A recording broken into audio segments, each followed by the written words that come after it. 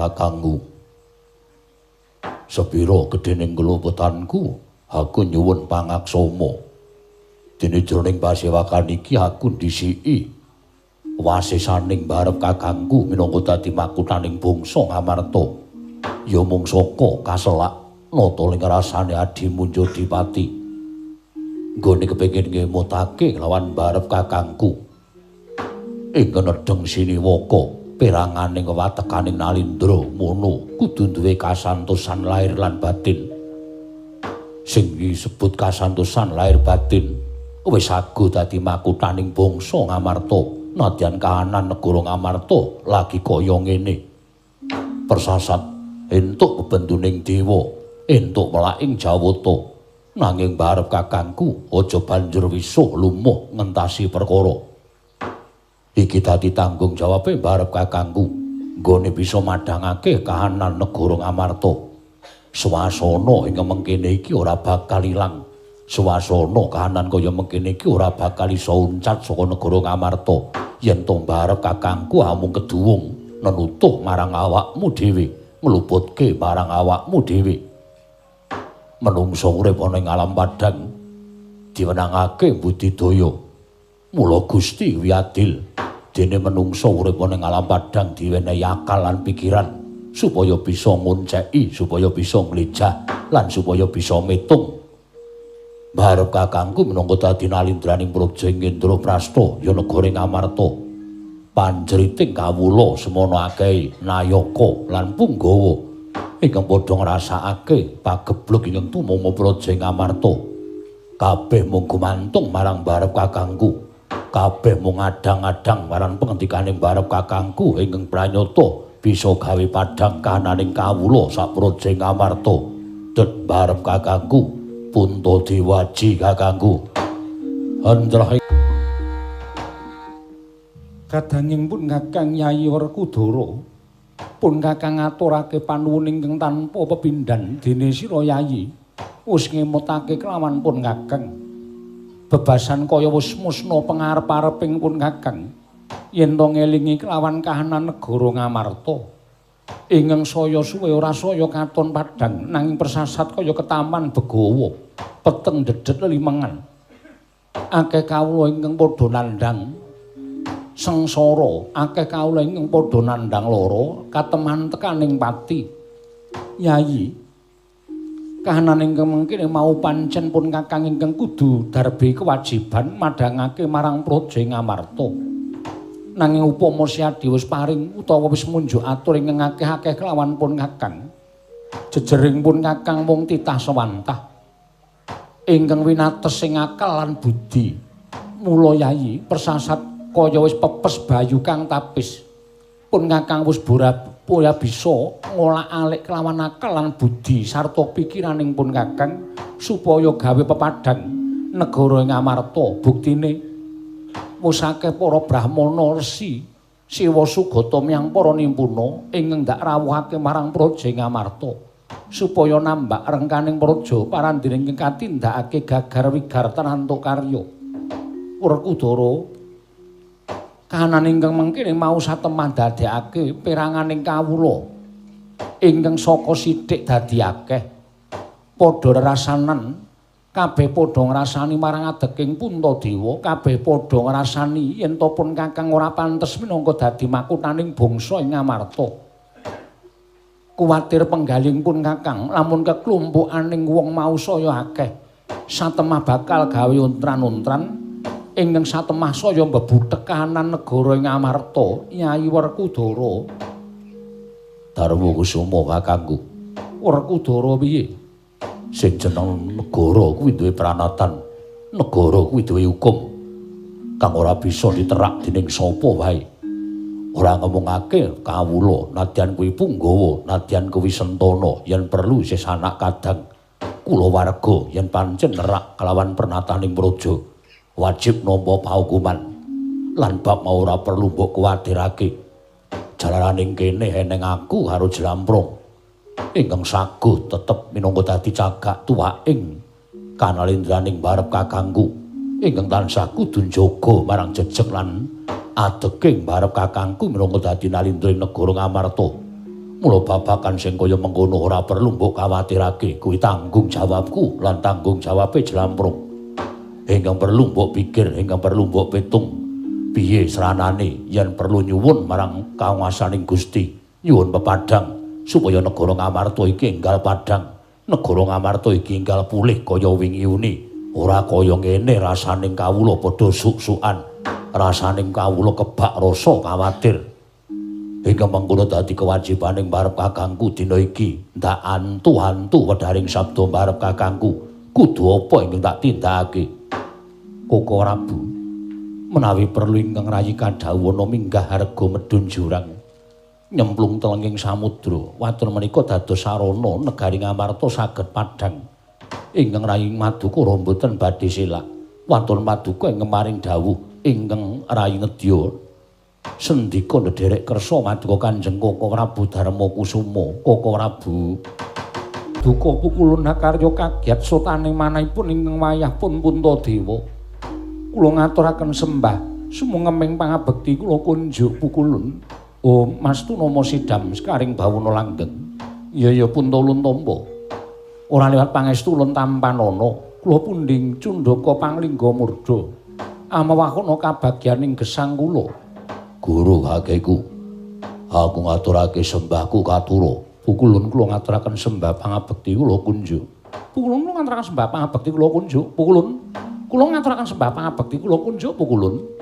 Ya Werkudara Janaka kembar Lun Tampa. Akarya bombong tias ulun ora liwat pangestu Lun Tampanana. Tak gegem dadekake jimat. Nggih. Kula pundhingga jimat. Non kula pundhingga jimat. Pukulun Sanghyang Manikmaya. Pukulun akarya kaget raos sing manah. Paduka tedhak wonten ing negari Ngamarta, mongko boten cecul ingkang saderengipun. Pukulun sesemban kula. Menawi rawuh Paduka namung badhe paring pidana dhateng ingkang wayahipun Darmakusuma, kula mboten badhe selak. Nanging menawi tedhak Paduka wonten negari Ngamarta, badhe paring ganjaran dhateng Pandhawa lajeng lelabetan menapa ing sampun katindakaken punta sakadang Pukulun. Puntadewa wonten timbalan. Hayo kadhati kajron penampa. Yektine prapta ulun ana ing negara Ngamarta, sayekti mung bakal mblabari apa ta sababe dene kahanan negara Ngamarta kaya mengkene kedadeyane. Kepasang yugya katujuh ing Pukulun inggih menika ingkang kula antu-antu. Persasat sampun boten wonten pengajeng-ajeng malih ingkang wayah anggenipun badhe madhangaken kawontenan negari Ngamarta ingkang ketaman gara-gara ingkang kados mekaten menika Pukulun. Puntadewa wonten timbalan. Ya mung Pandhawa ingkang sayekti minangka dadi utusaning adil. Ya mung Pandhawa ingkang sayekti dadi utusaning para Jawata, mula wis ora jeneng aneh. Lamun ulun bisa prasaja kelawan jeneng kita, apa ta sababe dene bumi mengkene kahanane, ngerti ya? Ingkang sepisan sayekti apa ta sababe dene negara Ngamarta ketaman pegebluk ing madal saka saliring usada. Ngerti ya Puntadewa? Wis kinudrat dening panjenengan ulun lan para Jawata liyane, lamun iki wis nyaketi dina akhir utawa nyaketi jaman pungkasan. Tegese jaman pungkasan ya kuwi jaman yen to besok bumi bakal lebur dadi siji kelawan langit. Ing mengkono titah ing mapan ana ing jagat sayekti padha ilang sakabehane, tegese padha sirna saka lumahing bumi. Inggih, mekaten Pukulun. Wondene titikane jaman ingkang akhir mau, jagat kebak lelara, jagat kebak kahanan ingkang gegirisi. Ing mengkono sayekti kabeh mau dadi moganing bumi. Ingkang pranyata titah ingkang wis mapan ana ing bumi mau lali yen to kabeh mau penguripan asale saka bumi, nanging menungsa wis lali ngaturake syukur kelawan Gusti merga wis pinaringan bumi mau. Inggih Pukulun. Dene ingkang sakbanjure ulun mung bakal paring dawuh kelawan jeneng kita Kulub Darmakusuma. Ngengingi babakan jaman ingkang akhir mau, sayekti kita ulun blabari sepisan maneh. Pandhawa uga bakal manjing ana ing alam kelanggengan. Nanging yen to Pandhawa kepengin manjing ana ing kasuwargan, ana syarat sranane sabab ngerti yo. kahanan ingkang mengkene mau sayekti Pandhawa kudu nglakoni syarat srana supaya Pandhawa bisa ketemu kelawan dewane satemah manjing ana ing kasuwargan. Pukulun jer gesang kula menika Gusti ingkang peparing mila menapa ing sampun dipun dawuhaken Hyang Adi Pukulun Manikmaya kula namung sendika ndederek sinten tiyangipun ingkang boten kepingin pejah sampurna pejah ingkang tansah ginayuh dening titah menika inggih namung kepingin pejah sarana sampurna saged manjing wonten ing kasuwargan. Pandhawa bisa lestari manjing ana ing kasuwargan lamun Pandhawa wektu dina iki kudu pisah kelawan pamonging Pandhawa kang aran Semar Badranaya kudu pisah lan para Pandhawa. Luwih-luwih Semar kudu ndhisiki sirna saka lumahing bumi aja nganti bareng lan sirnaning bumi ingkang campur kelawan langit iki mengku. Puntadewa kagatresang kapirango nanggul kinempit kambet dosang reknaning bawana ing Werkudara. Piye? Pun Kakang kudu kepiye Dimas? Yen pancen kowe ora iso rembugan aku sing rembugan guru kakekku. Werkudara kepiye? Munggo cethane pengendikamu mau gage blabarana ingkang sejati lan ingkang cetha aja nganggo karti sampeka aku ora mudeng. Yen Pandhawa kepingin mati sarana sampurna bareng lan bumi ingkang dadi siji kelawan langit mengko utawa purnaning jaman samengko Pandhawa kudu luwih dhisik pisah kelawan Semar. Pandhawa kudu mentala nyingkirake Semar, gedhe-gedhene Pandhawa kudu mentala nyirnake Semar Badranaya. Wah, yen pancen iki dawuhing guru kakekku. Aku jejering titah guru kakekku minangka sembaning titah. Dosa apa yen nganti aku selak sarta aku wani nyentulani rembuke Manikmaya kakekku. Mula wektu dina iki yen pancen Puntadewa utawa Jlamprong adhiku ora sago nyingkirke Semar. Aku ingkang bakal sago nundung utawa gedhene gawe srana patine Semar Badranaya. Kakang Mas, rai menika sampun dados dawuhipun Sang Hyang Pramesti Bathara Guru dinten sakmangke lan ana kula nyuwun pamit. Kula piyambak ingkang badhe mrepeki dhateng Kakang Semar Badranaya. Pukulun semban kula. Gandeng kadang kula kekalih ingkang sampun mastuti dhateng dawuh paduka Hyang Adi Pukulun. Kula namung jumurung dederek dhateng karsanipun kadang-kadang kula Werkudara menapa Arjuna Pukulun Puntadewa kita mboya susah kuwatir. Apa kang dadi dawuh ulun sayekti kuwi kudu dumadi sabab ulun kuwi dewaning para dewa lan kita ngerti dhewe. Lamun ulun ingkang menang jenenge bor jagat raya iki. Inggih Pukulun kula namung sendika dederek. Kita mlebu ing sanggar pelanggatan rampungna sarta entekna dawaning urip kita sarana tansah manekung puja brata nglakoni prihatin jroning sanggar pelanggatan nindakake panembah jumbuh lawan kapercayan kita. Ulun ingkang bakal memanuki laku ning Werkudara Janaka aja nganti ana bobol boroting lelakon Puntadewa. Sembah kula ingkang nderekaken jengkar paduka. Jlamprong Wonten dawuh Kakang Mas. Ora ngira jebul Hyang Manikmaya tedhak ning negara Ngamarta. Blabari lawan kahananing jagat ingkang saya suwe saya peteng. Saya suwe saya ora karu-karuan. Jebul tinemune bumi wis keladuk. Ya swane bumi wis tuwa. Lan wis ditimangsani lebur dadi siji lawan langit tegese. Awake dhewe bakal ngancik ana ing jaman ingkang pungkasan. Wong urip ning alam padang sing digoleki apa supaya iso mati sarana sampurna. Bareng lan leburing bumi dadi siji lawan langit. Bareng jaman akhir kowe karo aku bakal sowan ngersaning para dewa supaya entuk dalan sing padhang. Supaya entuk kasuwargan. Guru kakekku paring sarang syarat srana kowe karo aku kudu nyingkirke Semar Badranaya mbuh dasare apa mbuh pawadane apa. Gandeng sing dawuh kuwi dewa kowe karo aku wajib nyendikani. Wah, aja mandhek tumoleh ayo ndang budal nang Karang Kadempel. Astunama sidam sekaring bawana langgeng. Saka pamitung ulun isih tida-tida atine Werkudara padene Arjuna. Nanging jebul tinemune wis padha madhep mantep nggone bakal nyingkirake Semar Badranaya. Werkudara Arjuna, aja tida-tida ati kita, aja walang ati kang dadi niat kita nggone bakal nyingkirake Semar. Ulunan jejangkung lawan laku kita yen to nganti ana apa-apa ulun ingkang tanggung jawab Werkudara lan Arjuna.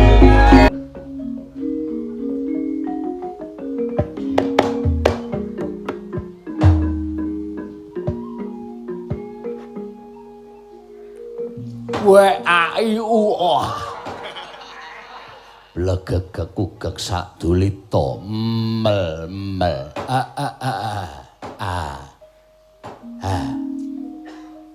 Sinuwun Darawati.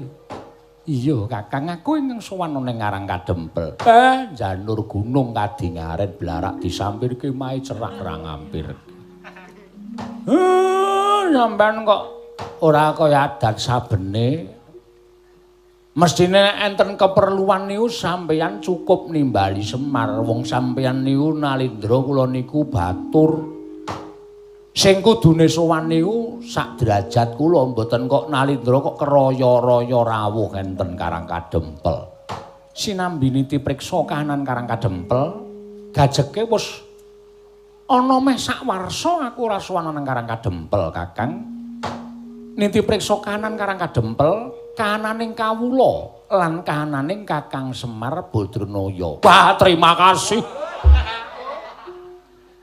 Matur sembah nuwun tanpa pepindhan nggih kaya ngoten niku. Sing jeneng Nalindra sing seneng blusuang niti priksa dhateng kawontenanipun kawula alit. Nah niku apik iya. Wigati sing sak banjure nuwun sewu lho mboten jeneng kula niku kok ngumukke dumeh wong pinter. Sampeyan niku kejaba niti priksa dhateng kahanane Semar, legetaning penggalih sampeyan tasih wonten nuwun sewu pitakonan ingkang badhe sampeyan aturaken kali ingkang abdipun Semar. Nggih napa nggih? Jagat Dewa Bathara. Saya sepuh malah saya lantip panggraitaning Kakang Semar. Repa saya tuwa ning kulina kula asah lan tiping panggraita. Kakang Semar, pitakon iki yen tak takokake marang sak pepadaning Nalindra mesti wae ora entuk wangsulan ingkang gumathok. Nanging pitakon iki bakal takokake marang Kakang Semar ingkang luwih sepuh tinimbang Natandrawati ingkang wis tuwa ndhahar gempalaning jagat legiasining kahanan lan wis genep petunganing Kakang Semar. Bab napa kok kaya wigati? Kahananing jagat ingkang saya peteng, kahananing bencana ingkang menyang endi papan. Dumadakan tanpa kanyana-nyana ana pegebluk welaking jawata ingkang madal saring usada kaya mengkene iki. Akeh ingkang padha mestani yen to iki bakal nyaketi jaman akhir, Kakang Semar. Apa pancen kepara nyata, apa pancen kabeh mau mung mandheka ning pekabaran marata gage aku tuturana supaya Natandrawati cetha penampane. Mangke riyen sampeyan niku nuwun sewu kabeh titah niku ngertos nek sampeyan niku titising Sang Hyang Bathara Wisnu. Sampeyan niku lair titah ning batin sampeyan niku dewa. Mboten ning kok sampeyan tesih gampang ndahar kabar sing padha ngandhake jaman akhir. Nuwun sewu lho. Selagine dewa sing mapan teng kayangan kemawon mboten ngertos jaman akhir niku sok kapan. Niku kabeh enten panguwasaning Dat Kang Purwengdat, enten panguwasaning Gusti. Napa malih sampeyan kok takon kalih kula? Apa manganggep kula niku ponakane sing gawe urip napa pripun? Napa manganggep kula niku prunane sing gawe jagat nggih? Semar ya ora weruh. Jaman akhir niku bakal esuk kapan tibane niku mboten wonten sing ngerti. Dadi nek enten sawijining wong pinter, sawijining ulah agama sing andhaka ngendikake sesuk dina iki tanggal iki bakal nekani jaman akhir. Nek kula sing krungu ming kula eleti. Kula ming melet liwat tengah-tengah untuk kula sing ngompong niki. Kula ora bakal percaya. Langkung-langkung sampeyan iku titi sing Sanghyang Bathara Wisnu niku wong lantip panggraitane, ngoten. Kahanan jagat geger kaya ngeten, jagat peteng kaya ngeten niku. Aja pisan-pisan mang sambung rapetke karo jaman akhir. Ning selaka kaya ngapa niki kabeh merga saka pokal gawene menungsa, ngoten. Pokal gawene menungsa. Menungsa wis dinahi papan sing becik, dinahi papan sing apik, dinahi papan sing jembar bumi. Niku menehi napa-napa kalih menungsa. Ya sandang, ya boga, ya napa mawon, ya papan lan sak piturute. Ning kadang kala menungsane sok lali ngucapake rasa syukur marang sing gawe urip. Matur nuwun dene wis dinahi papan wujude bumi niki. Nggih napa mboten? Enten wong anake sedekah bumi, enten wong anake rasulan, enten wong anake napa merti dusun, merti bumi, malah dianggep niku sing miradat utawa sing nyebal saka agama niku pirang-pirang. Ngoten niku. Iya Kakang Semar. Lah nggih, entene penyakit kaya ngeten niki janjane saka sapa? Ampun dikira niki kirimane sing gawe jagat mboten, niki ya saka menungsane. Ya saka menungsane dhewe. Mula nek enten napa-napa enten jagat niku ampun sok ngluputke sapa-sapa, ning mang tintingi awak sampean dhewe. Ngoten. Mang tintingi awak sampean dhewe. Mengkono Kakang. Nggih. Malah sejatosipun ngeten, Ndara. Kula niki ketemu karo sampean rawuh mriki kejaba. Sithik akeh kula wangsulan bab napa sing mang takokke kalih Semar. Perkara wangsulan iki iso gawe tentrem ati sampeyan napa mboten? Niku mangsa borong wong kekuwatane Semar, kepinterane Semar ya ming sementen niki. Kakang Semar yo. Lah malah kepasang yuk ya katuji nginu dene kula kok tengok-tengok teng arepan niku jane kula ajeng neges karo sing gawe urip. Kula ajeng neges karo dewa. Apa to sababe? Lah kok dadi kula kanan kaya ngene malah dibebeda karo impen sing teng ati sajak ora kepenak lho. Kakang Semar ngimpi apa? Karang kadempel kobong, karang kadempel kobong. Sadurunge kobong, karang kadempel niku lah kok duwe gawe geden-gedenan. Mriko-mriki sami akeh tamu niku ati kula kok ora jenak, Ndara. Lah terus keparinge Kakang Nayata kok piye? Sampeyan pengen mboten awi. Sampeyan kalih kula dandan-dandan ora ketang sing didandani niku mbuh perkara niku dadi apik napa mboten, ning sing becik niku menungsa diwenangake budidaya. Pambudidayaning Kakang Semar piye? Kula tak ninggal karang kadempel tak lunga sedhela nggih. Lho. Kakang Semar tindak ngendi? Sampeyan mboten sah ngerti, sampeyan mang nunggu teng mriki. Lah nek aku tunggu kene wong aku ki Nalendra Ndarawati. Sampeyan mboten wujud nata Ndarawati, ning wujude kaya kula. Lho. Kaya kowe piye? Wujud dadi Semar. Lho. Aku ora iso nembang. Mboten sah nembang. Sampeyan mboten saming wujud Semar mawon mboten sah omong napa-napa. Nggih mawon. Blegegek sak dolita lit. Mel kalih nggih napa mboten ngoten mawon. Sing baku niku yen pancen kersaning Kakang Nayanta kok kaya ngono aku mung kari manut. Lah lek ku arep dadi Semar piye? Kaya cah cilik.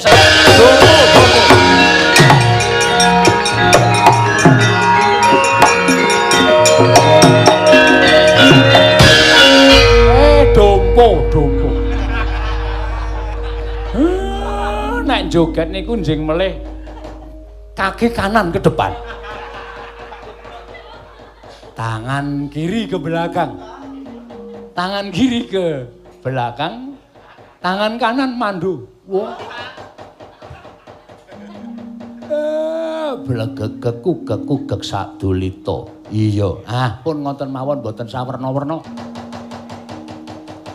Mengke nek enten piyai tekan riki pripun-pripun sampean manut mawon. Pokoke sampean mengke kula sing ajeng tansah ngulatake kawilujenganipun Ndara kula sinuwun Ndarawati pun andum baswi kula tak mangkat ndak selak kesusul liyane nggih Den. Ugek-ugek sadulita mel-mel. Kaya Ndara kula, Ndara Werkudara. Yo. Iki Ndara Janaka. Iya Kakang Semar.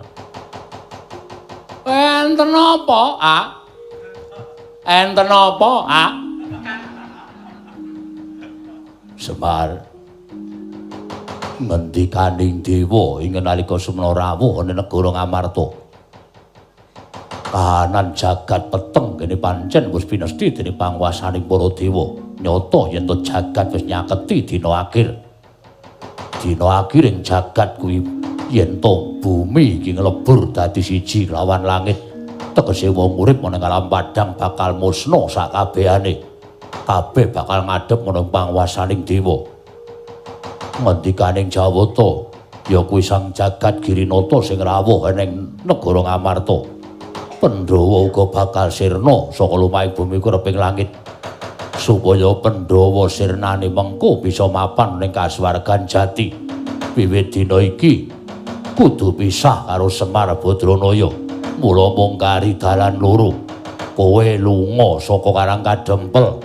Mbuh minggat nendi sapuruk-puruk. Apa Werkudara Janaka mentala nyirnake karo kowe Semar Badranaya. Nuwun sewu. Persasat kaya dene kula niku weruh clereting tatit. Mboten weruh kumlebeting gendera. Kaget ati kula, Den.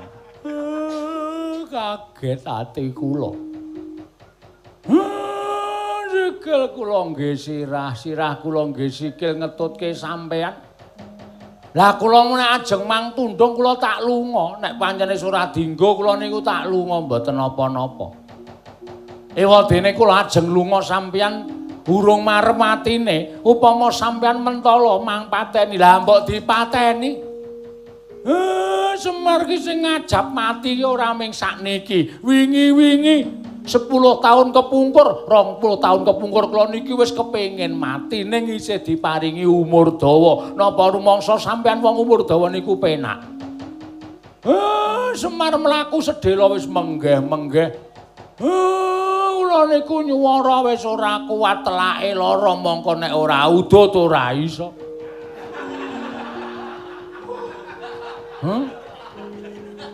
Malah nek ku sampeyan jematane kula mang pateni mboten napa-napa. Lah. Nek kula niku aja kok mang pateni, mati dhewe mboten kula tukokke bolam. Pun kajenge mati terus. Wah. Ikhlas karo nyawamu. Ora ikhlas sebab apa? Nyawa ora le njaluk, ora le utang, ora le ngemis. Nyawa ming le nyebul sing gawe urip. 4 sasi kula teng guwa garbane ibu kula disebul wekasan sukma mlebet teng awak kula dadi urip. Sukma niku sing maringi nggih sing gawe urip. Mula mangsa kala disuwun karo sing gawe urip. Kula ikhlas. Lantaran apa mawon kula ikhlas boten ajeng pripun.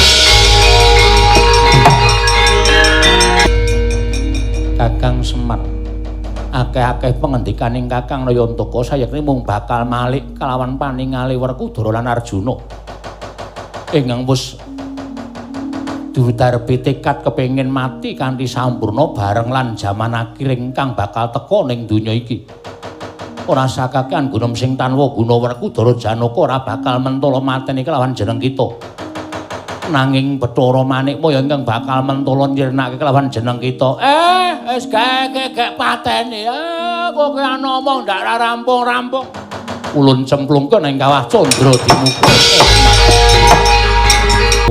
Mas Tunama Sidam sekaring bawana langgeng Ismaya sawanane ngarsa ulun tanpa tinimbalan widodo saklaku jantara kita Semar lujeng Bu Kulun bekti kula kunjuk lho ya Semar Luntompa akarya bombong Tyasulun manata gage matur apa ta wigatine dene kita ngabiyantur ning ngarsa ulun kula ingkang wigatos namung badhe neges dhateng kawontenaning jagat.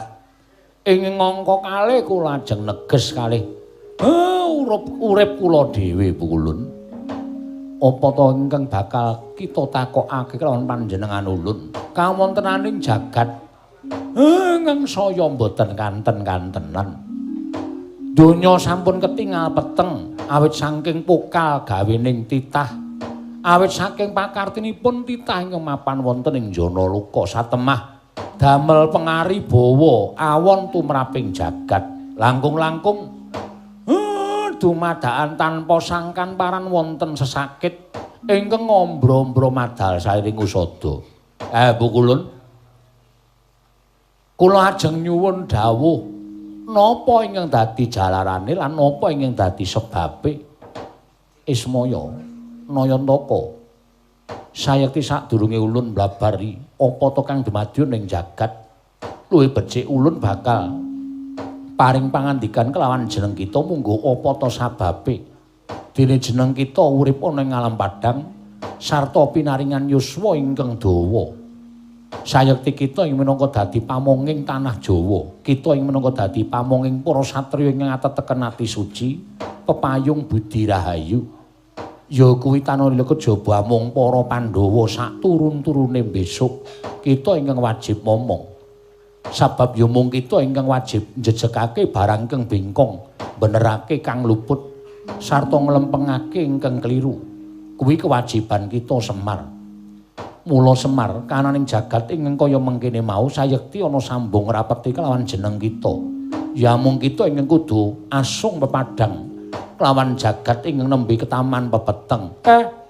Lah terus kula kedah pripun? Wong nyatanipun kula ya wis ora kurang pambudidaya. Mboten kurang-kurang leh kula ngurang-urangi kula prihatin tapa Brataewa semanten dereng pikantuk pepadang saking para Jawata. Mila kula nyuwun keterangan ingkang gumathok Bu Kulun. Sayekti ingkang gawe peteng ing jagat raya tanana kejaba mung para wong-wong kang tumindak angkara budi candala ingkang gampang glewar sarta ingkang gampang minggo dalan sarta gampang diblithuk dening pakarti ingkang ora prayoga lan kanan ingkang kaya mengkene mau sayekti kabeh mau saka pokal gawene ya kuwi dewaning panggodha pangrencana ingkang kepingin jagat mau tansah rusak jagat mau tansah peteng mula darbe 1000 cara nggone tansah gawe cara supaya jagat mau kawulane sarta titahe padha poyang payingan titahe padha ngrasakake mbuya kepenak urip sarta mbuya tentrem apa dene tansah sinanding lelara lan sak piturute dene kita ingkang kudu gawe srana nyingkirake marang titah-titah ingkang hambek angkara budi candala kaya ingkang wis sira lakoni dunalika sira nyipta Semar Badranaya kedadian saka nata Ndarawati ingkang sayektine sakawit mung dadi sarana nggon kita bakal gawe srana krama apus kelawan Werkudara padene Janaka ingkang uga ngliwar pikire awit saka pambujuke Manikmaya ingkang nampa penangise Durga sarta Bathara Kala ingkang dadi atmajaning Si Manikmaya nggone kepengin ngelem jagat saisine sarta gawe pepati utamaning bocah Sukerta Semar Kresna samengko ana ing pinggiring bebaya binayong dening Manikmaya niat bakal cemplungake ning kawah Candradimuka Semar Badranaya Semareka den prayitna samuriris eka balik titiyani gandayani tresna purnama sasi gilar-gilaran ing tengah latar milang lintang Bima Sekti lah teneh kula keluputan. Kula bakali nandhang dosa pripun Bu Kulun supaya kawontenan menika enggal padhang. Kita mbuya bakal kewagang yen to rumagang pribadi utawa tumandang dhewe. Semar ulun kang bakal manjing ana ing kuncung kita. Ulun ingkang bakal maring kepadhang lawan jeneng kita Ismaya. Mareka kuarta kapake Bathara Guru. Ora susah dadak takon. Kakang Semar, saekti wis dadi dawuh panjenengan ulun minangka dadi diwaning para dewa. Sirnaning Semar aja nganti bareng kalawan purnaning jagat iki. Mula kang sangka kuwi aja dadi sarana uripmu ning alam donya, dadi sarana Pandhawa ora bakal antuk kasuwargan. Mula ora usah dadak malang ati, ayo tak caketake ana ing pinggiring kawah Candradipura. Kakang Durga, kula wonten timbalan kala ana dawuh mapa Kaki Guru? Apa ingkang dadi panjangga kita kalaksana? Sayekti kala ingkang nyebar lelara ning jagat satemah jagat katon peteng. Dadi sarana nggon ulun bisa mblithuk kelawan Janaka lan Werkudara supaya mentala kelawan Kakang Semar Badranaya. Kakang Semar sirna saka ing Janaluka. Sayekti kliliping Manikmaya uga bakal sirna. Ora ana titah ingkang wani jangkar kelawan Manikmaya, ora ana titah ingkang wani ora ngaturake sembah kelawan Manikmaya. Kersane Kaki Guru kepiye? Bathara Kala gunakna aji pusaka gelap sayuta. Semar ingkang ditunggu Janaka lan Werkudara getaken supaya enggal cemplung ning kawah Candradipura. Wah, la dalange dawa. Kakang Semar sing gedhe pangapuramu. Ora perkara nggone Arjuna mentala karang Kakang Semar nanging kabeh mau katandha yen to Kakang Semar tresna kalawan para Pandhawa aja nganti Pandhawa kleru marga nggone gayuh kasuwargan bareng kelawan purnaning jagat. Mula Kakang Semar kudu ngiklasake kanggo kamulyaning Pandhawa. Mboten ikhlas sebab napa? Kula ikhlaske. Demi Pandhawa. Kula mboten napa-napa cemplung wonten ing kawah Candradipura. Wah, dipol aku njaluk ngapura. Ngempakaken aji jaya kawijayan gelap sayuta. Ginetak saking katebian kula Semar Badranaya muwah Raden Arjuna Iwah Raden Werkudara. Kenging maruta ageng temah kendhang kapracondhang cememplung telenging kawah Candradipura tanggap Kyai Badranaya. Mareh kula nyuwun ngapunten nggih, Den. Kula kinten nek mboten tekan sementen lelakone. Sampeyan kula suwun supaya wujud Semar ning lha kok jebul meh kemawon ngembet kalih sugeng sampeyan. Ora dadi ngopo Kakang Semar aku ngaturake panuwun. Kakang Semar teko Kakang Nayantaka isih sugeng. Sampeyan niku pancen bojo banget le percaya karo Bathara Guru. Napa dewa niku sak teruse bakal bener terus, mboten to? Sing wajib nyekel bener sejati niku ming sing gawe urip. Bathara Guru niku dewa ning durung karuan bener pakartine. Ngoten. Nek sampean mboten pitados sampean ling nyawang kula ampun nganggo netra walaka ning Permana Jati to, Den. Sinten sing lenggah teng kuncung kula sing momong kalih kula niku? Pukulun sembah. Kula ngaturaken sembah pangabekti kula kunjuk Pukulun. Kula ngaturaken sembah pangabekti kula kunjuk. Wah, dipol. Aku ngaturke sembah. Nggih, pun boten sah. Sampeyan duwe sloga ingkang kados mekaten. Wontenipun Sang Asih Prana momong kalih kula. Niku pancen dadi kewajiban kula kudu gawe padhang jagat saisine. Petenging jagat niku merga saka pokal gawene. Dewaning panggoda pangrencana sing pancen seneng donya niku mboten tentrem, sing pancen seneng donya niku mboten padhang. Kula padhangke mumpung enten sing momong kalih Semar, ampun melu-melu.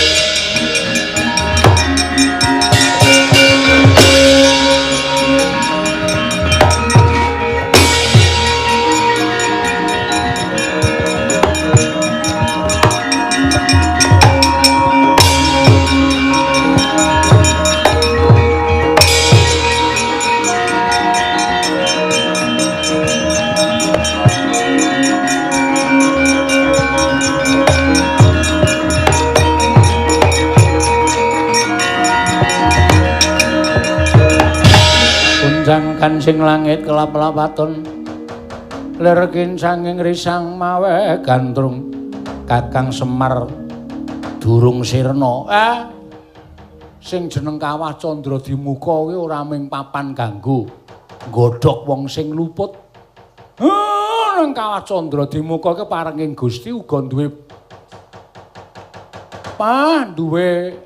pangaribawa tan prabida kaya dene titah kaya dene menungsa.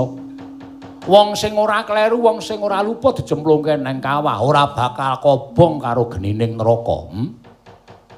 Mula Semar nyemplung ora bakal kobong. Aku nyemplung ora ana awakku sing gosong, ora ana awakku sing kobong. Mergo aku pancen ya ora luput. Aku dadi wong sing dipitenah karo menungsa sing ora tresna karo aku, karo menungsa sing pancen ambeke angkara budine Candala, sing kepengin ngobar jagat iki nganggo watak angkara. Mula ora aneh nek jagat iki peteng. Kabeh saka sapa? Saka pokal gawemu sing nggonmu mburu karo karepmu dhewe, nuruti karo karepe permane karo Bathara Kala anakmu. Satemah kowe dewaning dewa sing kudu gawe pepadang tumraping jagat, malah jagat kok gawe peteng. Kene marganing patimu kowe Semar.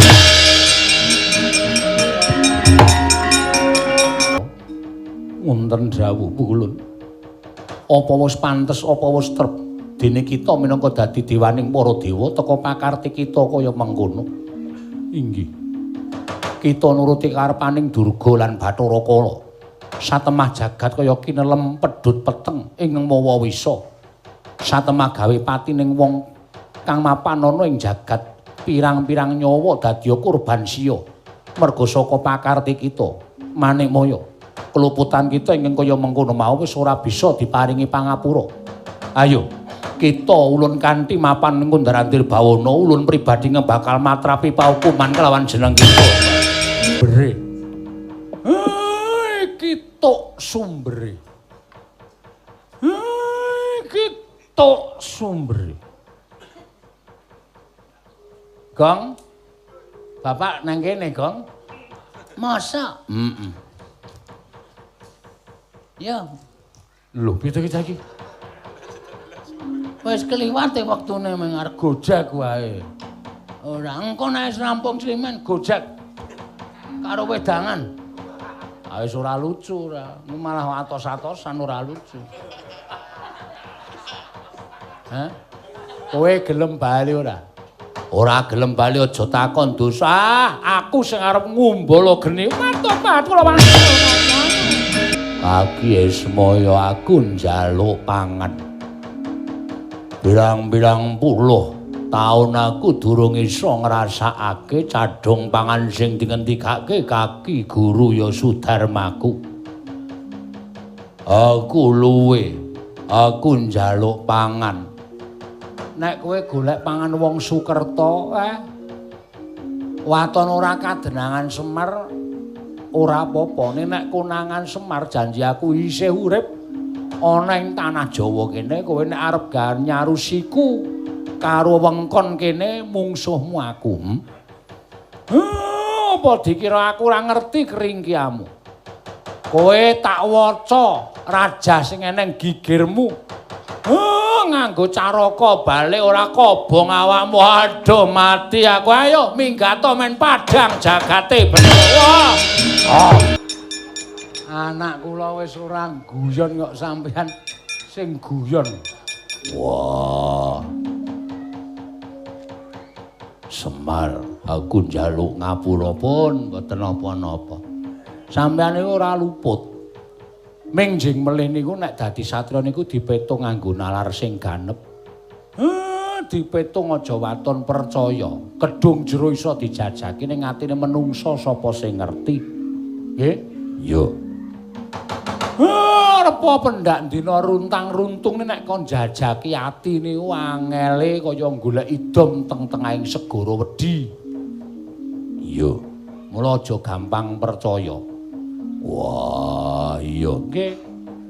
Merga saniki wong dandan-dandan kalih sik wong rusak niku akeh sing wong rusak, sing dandan-dandan ming sithik. Mula sampeyan dadya ganepe wong sing seneng dandan-dandan supaya rusake niku mboten kebangeten. Yo Semar, aja malah melu ngrusak.